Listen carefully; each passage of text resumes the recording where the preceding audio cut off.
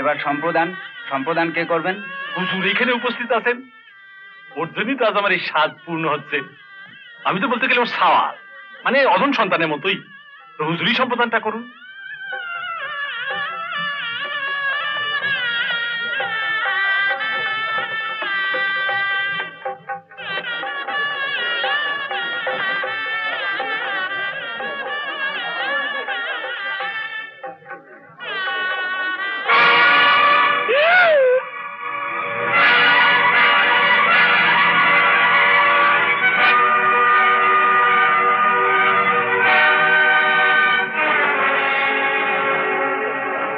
বাবা, তুমি এখানে?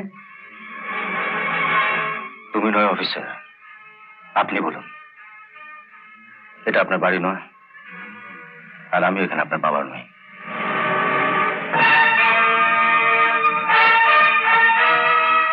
তা আপনি এখানে এলেন কেন? আমি এসেছি আমার মক্কেল সম্রাট চক্রবর্তীর কাছ থেকে।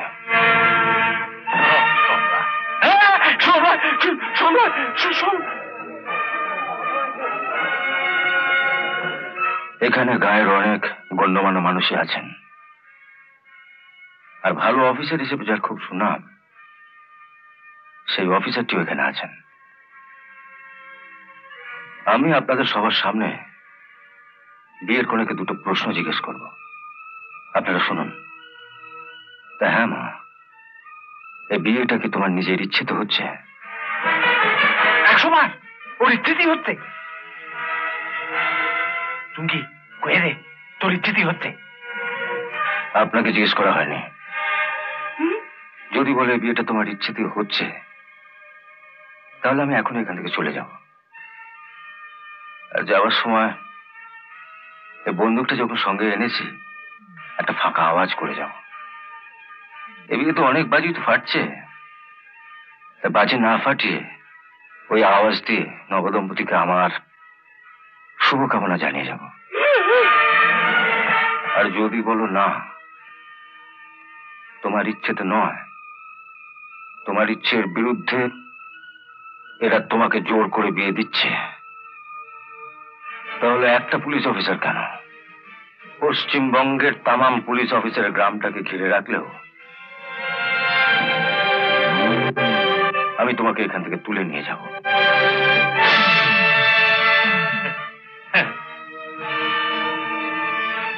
বল, এই বিয়েটা কি তোমার ইচ্ছেতে হচ্ছে?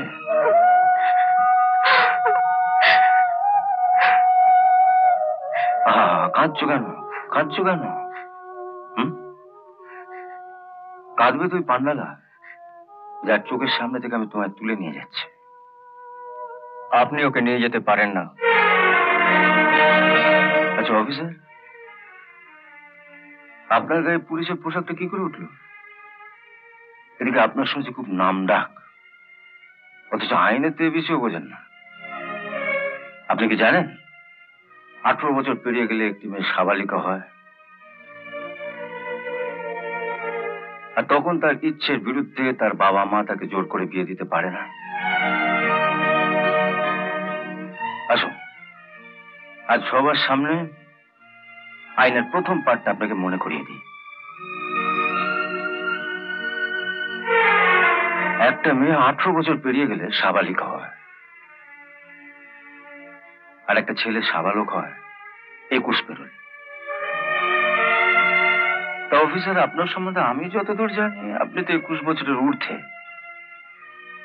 তা সাবালক হয়ে এত লোকের মাঝখানে এরকম নাবালকের মতন আচরণ করছে না?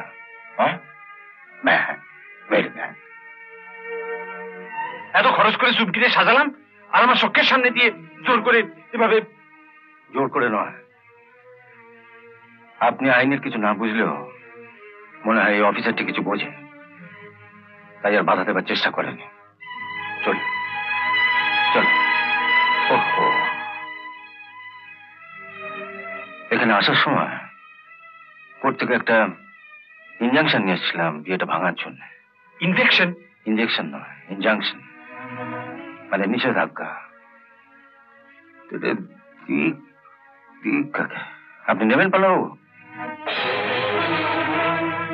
আপনি নেবেন না আমি জানতাম। আপনি তো একে নিতে চেয়েছিলেন, এটা নিতে কি আর মন চাইবে?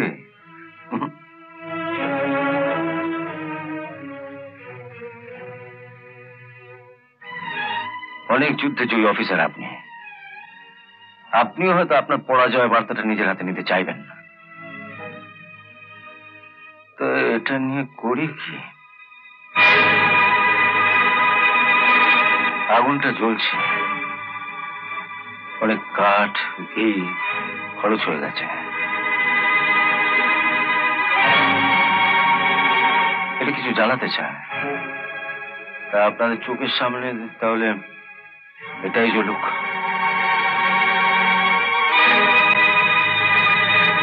অবশ্য পান্নাবাবুর কবরটা এটা আগেই পুড়িয়ে বসে আছে। চল। আরে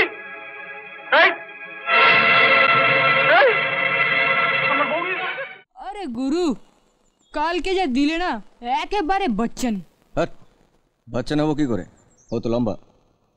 তাও তো ঠিক বলেছো গুরু, ও বচ্চন তো ঢ্যাঙা আছে। হ্যাঁ, তাহলে তুই বাজিগারের শাহরুখ খান। বাজিগর ও বাজিগর। এই, খুব সিনেমা দেখিস তাই না? তা দেখি। চলুন চলুন।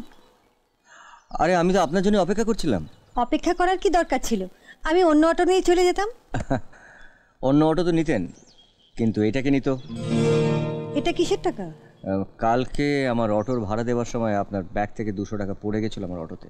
ও, আপনার অটোর ভেতরে টাকা দুটো পড়ে গিয়েছিল? আমি তো আশ্রমে কি তন্ন তন্ন করে খুঁজেছি। নিন ধরুন। আমি তো এই টাকার আশা ছেড়েই দিয়েছিলাম। থাক, এটা আপনার কাছেই থাক। না দিদিমণি, আপনার টাকা আমি নেব কেন? যখন দিচ্ছি নিয়ে না গুরু, তুমি 50 আমি 50। না ছোট, মাথা নিচু করে কুড়িয়ে পাওয়ার টাকা আমি নেব না। মাথা উঁচু করে খেটে আমি যা রোজগার করি তাই আমার কাছে যথেষ্ট। পৃথিবীতে তাহলে এমন মানুষও আছে যার টাকার উপর কোনো লোভ নেই। নিন। গুরু, আমি একটু তোমার সঙ্গে যাই। যাবি?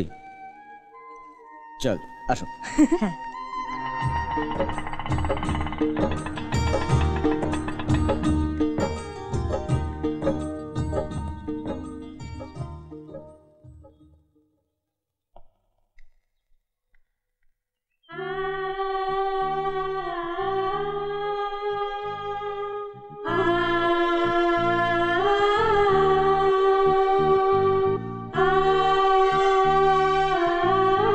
চলো না গুরু, ভেতরে যাই। গেলে কিছু ভাববে না তো? না না, কি আর ভাববে, চল। চা। জানি ভোরের আলো ঠিক উঠবে ফুটে, মুছে রাতের কালো। তাই আমরা এই জীবন হতে দেব না এলোমেলো।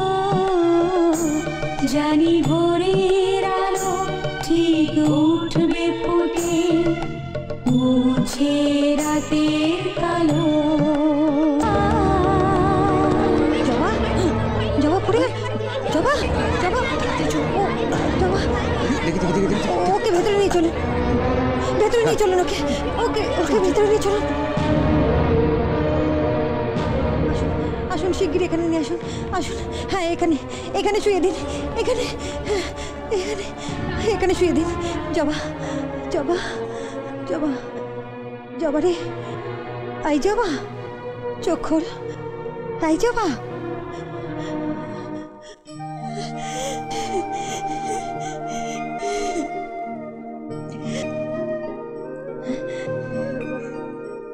ও থ্যালাসেমিয়ায় ভুগছে।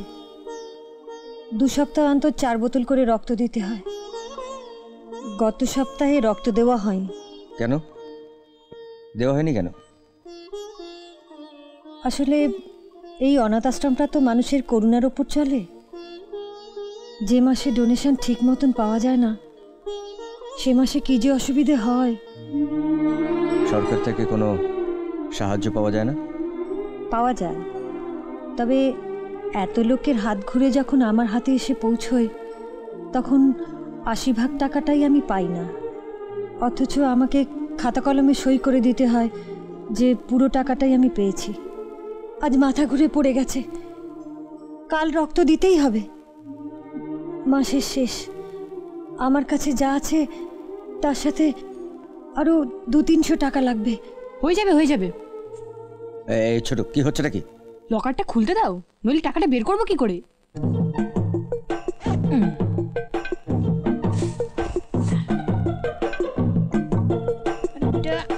পেয়েছি পেয়েছি।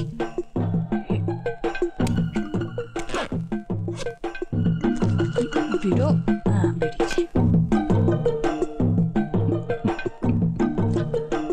আরে বেরো না, বেরোয় না। এত টাকা তুই কোথেকে পেলি? গুরু, অন্ধকার থাকতে থাকতে ঘুম থেকে উঠে কত অটো স্ট্যান্ডে কত অটো মুছি জানো? প্রত্যেক অটো থেকে ৫ টাকা করে পাই। আমার রোজগার অনেক, খরচা অল্প। দুপুরে ভাত ডাল তরকারি, হপ্তাহে ১ দিন মাছ, আর রাত্রেবেলা রুটি তরকা, বাস। আর তোর সিনেমা? সিনেমা হলের দারোয়ানগুলোর সাথে আমার খুব ভালো দোস্তি হয়ে গেছে। কোনো সিনেমা হলে গিয়ে আমাকে কোনো টিকিট কাটতে হয় না, দোতলায় বাবুদের সঙ্গে বসে সিনেমা দেখি।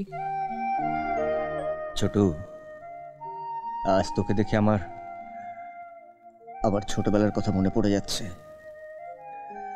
আমিও তোর মতো দিন রাত কাজ করতাম, কিন্তু তোর সঙ্গে আমার তফাৎটা এইটুকুই, আমি সারাদিন কাজ করে যে রোজগারটা করতাম সেটা আমি তুলে দিতাম আমার রক্তের সম্পর্কের মানুষগুলোর হাতে, আর তুই তোর খাটনির টাকাটা তুলে দিচ্ছিস যার সঙ্গে তোর কোনো রক্তের সম্পর্ক নেই। গুরু, তুই যদি আজ আমার চেয়ে বয়সে বড় হতিস না, আমি তোর পায়ে হাত দিয়ে প্রণাম করতাম। গুরু দেখুন তো দিদিমণি, গুরু কি যা তা বলছে। কোথায় গুরু আর কোথায় শিষ্য? শিষ্য তো সবসময় গুরুর পায়ে।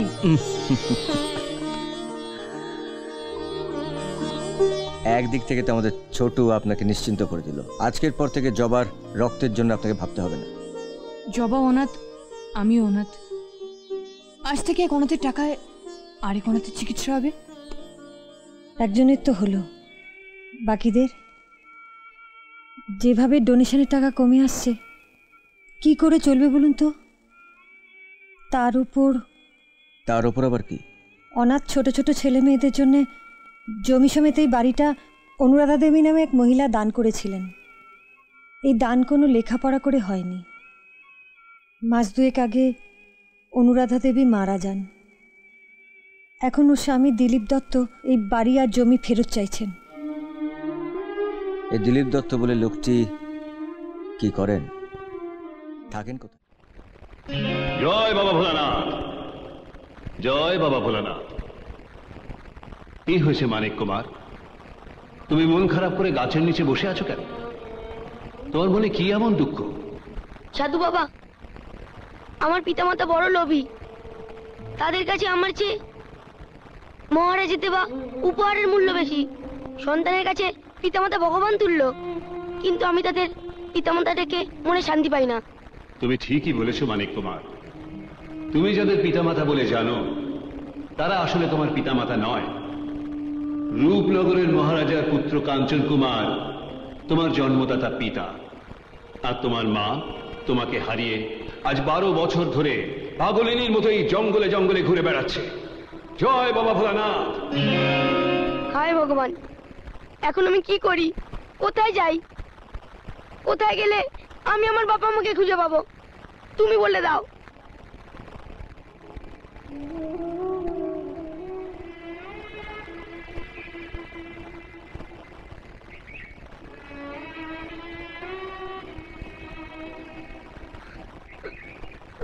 তুমি কে বাবা? কানে কানে কাকে ডাকছিলে? আমার মাকে। আমার মা নাকি এই জঙ্গলে পাগলিনীর মতো ঘুরে বেড়াচ্ছে। তোমার মাকে তুমি চেনো বাবা? না, তবে এক তান্ত্রিক আমার বাবার নাম মায়ের নাম সব বলে গেছে। তোমার বাবার নাম?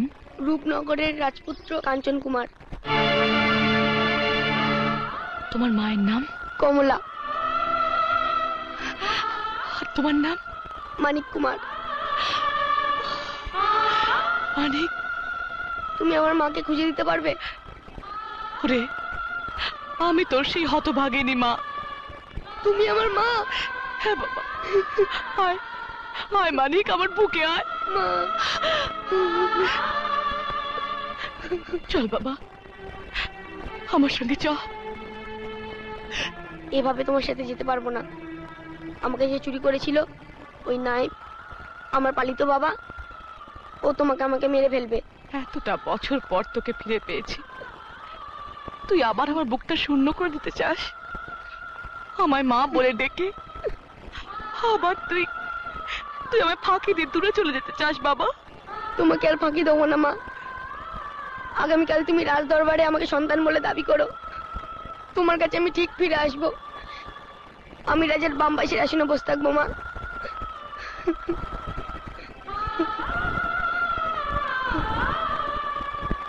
দাদা, বৌদি, এতদিন পর আমি আমার সন্তান ফিরে পেয়েছি। কমলা, তুই এত বছর কোথায় ছিলি? কোথায় তোর সন্তান? মানিককে মন্ত্রী চুরি করে নিয়ে গিয়েছিল। মানিক আমায় বলেছে ওকে কাছে পেতে হলে রাজার কাছে বিচার চাইতে হবে। তুমি আমাকে রাজার কাছে নিয়ে যাবে? বলো না, আমায় নিয়ে যাবে? নিয়ে যাবো। মহারাজের কাছে তোর সন্তানের দাবি করে বিচার চাইবো। বলো তোমার কি ফরিয়াদ কাটুরিয়া সর্দার, আমাকে নির্ভয় বলো। আমার প্রণাম গ্রহণ করুন মহারাজ। বেয়াদপি মাফ হয় মহারাজ।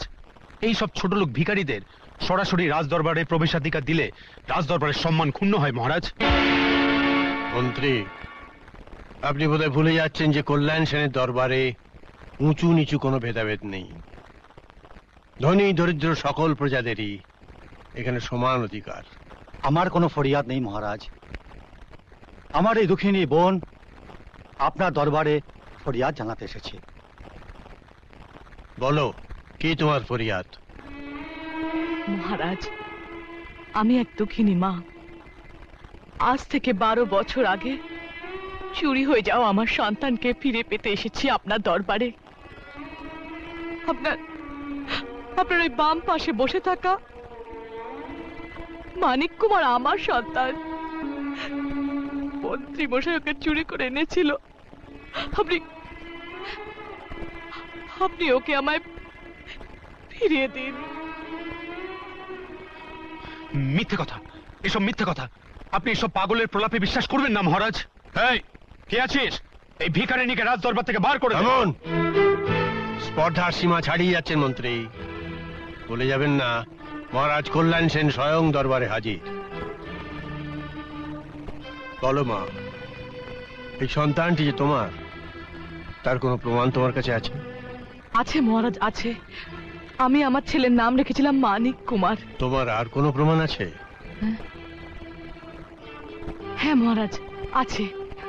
আমার ছেলের জন্মের সময় কপালে রাজ টিকার চিহ্ন ছিল, এখনো তা কপালে আছে।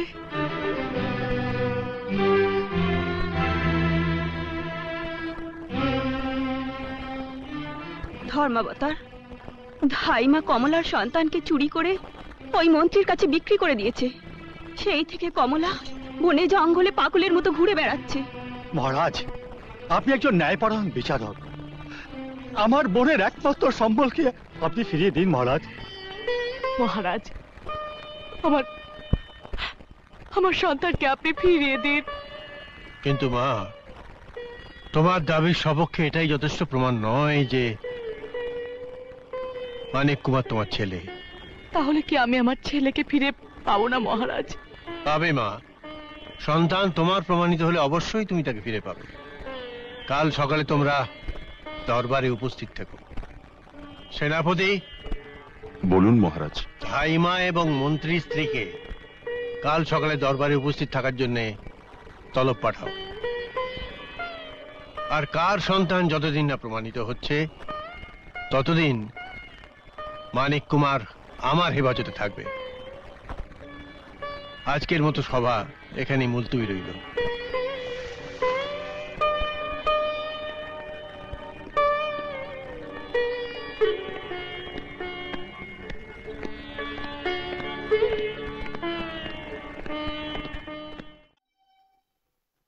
বৌমা, বৌমা, আপনি হঠাৎ? এখানে কেন? আমি আমার কৃতকর্মের জন্য ক্ষমা চাইতে এসেছি বৌমা। আমার ভুলের শাস্তি আমার ছেলেকে দিও না। আমি আজ এমন একটা সত্যের সন্ধান পেয়েছি যা আমাকে আমার ছেলের কাছে দোষী করে দিয়েছে। আমি শুনেছি স্বামী স্ত্রী হয়েও তোমাদের দুজনের ভেতর কোনো সম্পর্ক নেই। ঠিকই শুনেছেন আপনি। আমরা দুজন একসাথে রয়েছি নিশ্চয়ই, কিন্তু আমার ছোঁবার অধিকার আমি তাকে দিইনি। আমি এই ভেবে তোমাদের বিয়েতে রাজি হয়েছিলাম যে বিয়ের পর আমার ছেলে তোমার সঙ্গে সুখে থাকবে। যেদিন তুমি হাত কেটে রক্ত বইয়েছিলে আমি ভেবেছিলাম তুমি তাকে ভীষণ ভালোবাসো, কিন্তু আজ সে রক্তাক্ত হয়ে পড়ে আছে। রক্ত? ছেলের গায়ে ছোট্ট ঘা কয়েকটা দেখে এরকম ছটফট করছেন পার্বতী দেবী? আমার হৃদয়ের ভেতরে যে ঘা হয়েছে দেখেছেন আপনি? বহু গভীর সে ঘা। তারই প্রতিশোধ নেবার জন্য আমি তাকে বিয়ে করেছি। তার গর্বকে চূর্ণ করে দেওয়ার জন্য আমি তাকে বিয়ে করেছি। তাকে বরবাদ করবার জন্য আমি তাকে বিয়ে করেছি। না বৌমা, এমন কথা বলো না। আমি খুব গরিব, রাজু ছাড়া আমার কাছে আর কিচ্ছু নেই। তুমি তাকে ক্ষমা করে দাও বৌমা, তাকে ক্ষমা করে দাও। তাহলে তাকে বলে দিন সেই কোম্পানির সামান্য শ্রমিকদের ছেড়ে দিক। আমি আমার বাংলা, গাড়ি, সম্পত্তি সব তাকে দিয়ে দেব। এসবের বদলে তাকে আমার ইশারায় চলতে হবে, না হলে ফ্যাক্টরিতে আগুন লাগানোর অপরাধে তাকে জেলে পাঠাবো। না বৌমা, মাকে তার ছেলে থেকে আলাদা করে দিও না। আমি তোমার কাছে দয়া ভিক্ষা চাইছি, তাকে জেলে পাঠিও না।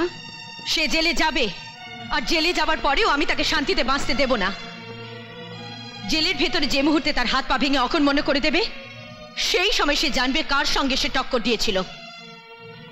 আর যেদিন পুলিশ তাকে মেরে মেরে আধমরা করে দেবে, সেদিনই আমার আত্মা শান্তি পাবে। এমন কথা বলো না বৌমা, অন্তত আজকের দিনে এমন কথা বলো না। আজ শিব চতুর্দশী পূজা, যেদিন সব স্ত্রীরা নিজের স্বামীর দীর্ঘ জীবনের জন্য ব্রত করে। সাবিত্রীও নিজে তপস্যা করে স্বামীকে যমের কাছ থেকে ফিরিয়ে এনেছিল। আর আজকের মতো দিনে তুমি তোমার স্বামীর অমঙ্গল চিন্তা করছো? আমি সেই স্ত্রীদের মতো মূর্খ নই যে স্বামীর আয়ু বাড়ানোর জন্য ব্রত করব। আর তাছাড়া আমি যখন আপনার ছেলেকে নিজের স্বামী বলে মানি না, তখন আমার থেকে প্রতিপত্তি আশা করেন কি করে? না বৌমা, স্বামীর ঘর খেলা ঘর নয়। বিয়ের আসরে যখন কোনো পুরুষ স্ত্রীর মাথায় সিঁদুর পরিয়ে দেয়, তখনই তারা একই বাঁধনে বাঁধা হয়ে যায়। হতে পারে, তবে আমার কাছে সেই সিঁদুর একটা খেলা। সেই খেলা আমি খেলেছি আপনার ছেলেকে বরবাদ করবার জন্য, তার গর্ব অহংকারকে গুঁড়ো করে আমার পায়ের তলায় তার মাথা নোয়ানোর জন্য। মা মা মা, তুমি সবেতে নাম্বার 1 হতে পারো, কিন্তু স্ত্রী হিসেবে তুমি একটা zero. You are a big zero. নারী জাতির নামে তুমি একটা কলঙ্ক। আমি তোমার বাড়ি, গাড়ি, ধন সম্পত্তির উপর লাথি মারি। আমার মায়ের পায়ের ধুলোর কাছে তার কোনো দাম নেই। আমার মা হচ্ছে আমার কাছে দেবী। তুমি তাকে অপমান করেছো, তার মনে আঘাত দিয়েছো। তুমি আজ থেকে আমার কেউ নও। আজ থেকে আমি তোমার সাথে সমস্ত সম্পর্ক ভেঙে দিলাম।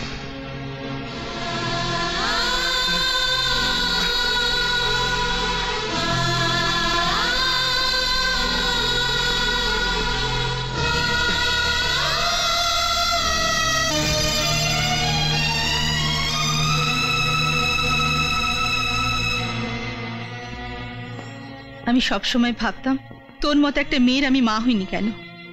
আজ কিন্তু ভগবানকে ধন্যবাদ দিচ্ছি যে তোর মতো একটা মেয়ে তিনি আমার কোলে দেননি। পিসি, ড্যাডি শুনলে শুনলে ড্যাডি পিসি কি বললো? শান্তি সেই কথাই বললো যেটা আমি অনেকদিন বলতে চেয়েও পারিনি। ড্যাডি, তুমিও? তোমরা দুজনে মিলে ওই নেমখারামকে সাপোর্ট করছো যে আমারই অন্যকে? বর্ষা, তুই এত বড় কথা বলতে পারলি? এটা কিন্তু তোর ভুল ধারণা। রাজু এ ঘরের থেকেও তোর কিছুই খাচ্ছিল না, বরং তোকে সে খাইয়েছিল। হতে পারিস তুই একটা বিরাট বড় লোকের মেয়ে, হতে পারিস তুই একটা 1 নম্বর ফ্যাক্টরির মালকিন, কিন্তু তুই ভুলে যাচ্ছিস যে তুই একজনের স্ত্রী, একজনের বউ। সেই পরিচয় ছাড়া তোর অস্তিত্ব কিছুই নেই। তুই কি করে বুঝবি সিঁদুরের মূল্য? তুই কি করে জানবি 1 ফোঁটা সিঁদুরের পবিত্রতা? তোর কাছে তো সিঁদুরটা একটা খেলা। আরে সব নারীর জীবনের স্বপ্ন হলো হাতের শাখা, মাথায় সিঁদুর নিয়ে সদাভাবে সে তার জীবন কাটুক। সেটুকু তুই জেনে শুনে হাতছাড়া করিস নে বর্ষা, না হলে পরে ভবিষ্যতে তোকে পস্তাতে হবেই হবে। পিসি, শান্তি ঠিকই বলেছে। জন্মের পর থেকে তুই মাতৃহারা বলে আমি আজ অব্দি তোকে মায়ের মতো, মায়ের স্নেহই দিয়ে এসেছিলাম। বাপ হয়ে কখনো শাসন করিনি, তাই গর্ব অহংকারে অন্ধ হয়ে তুই তো নিজের সংসারটাকে নষ্ট করতে বসেছিস। আরে এত গর্ব কিসের জন্যে? এই ধন সম্পত্তি পেয়ে? এই ধন সম্পত্তি তোর নয়, আমার। এই বাড়ির জন্যে? এই বাড়িও তোর নয়, আমার। মানে রামনারায়ণ চট্টরায়ের, বর্ষা দাসের নয়। তোর মনে রাখা উচিত বর্ষা, মেয়েরা বিয়ে হয়ে স্বামীর ঘরে চলে যাওয়ার পরে বাপের বাড়ির উপর তার কোনো অধিকার থাকে না। প্রত্যেক হিন্দু নারীর কাছে একটা কথাই সত্যি, বাপের বাড়ি থেকে ওঠে পালকি আর শ্বশুর বাড়ি থেকে ওঠে খাটিয়া। তোর শ্বশুর বাড়ি তোর কাছে স্বর্গ বর্ষা, আর সেই স্বর্গটাকে নিজের হাতে নরক করে দিয়ে ভেবেছিস সুখে থাকবি। ভেবেছিলাম বিয়ের পর তুই বদলে যাবি, রাজুর মতো একজন সরল লোকের হাত ধরে তুই শান্তিতে ঘর সংসার করবি, কিন্তু তুই আমার সব স্বপ্নকে জ্বালিয়ে পুড়ে ছারখার করে দিলি। এখনো সময় আছে বর্ষা, যা, যে অসুস্থ শাশুড়িকে সেবা করার বদলে তুই কেবল অপমান করেছিস তার পা ধরে ক্ষমা চাইবি। যে স্বামীকে তুই কেবল যন্ত্রণা ছাড়া কিছুই দিসনি, যা তার হাত ধরে ক্ষমা চাইবি।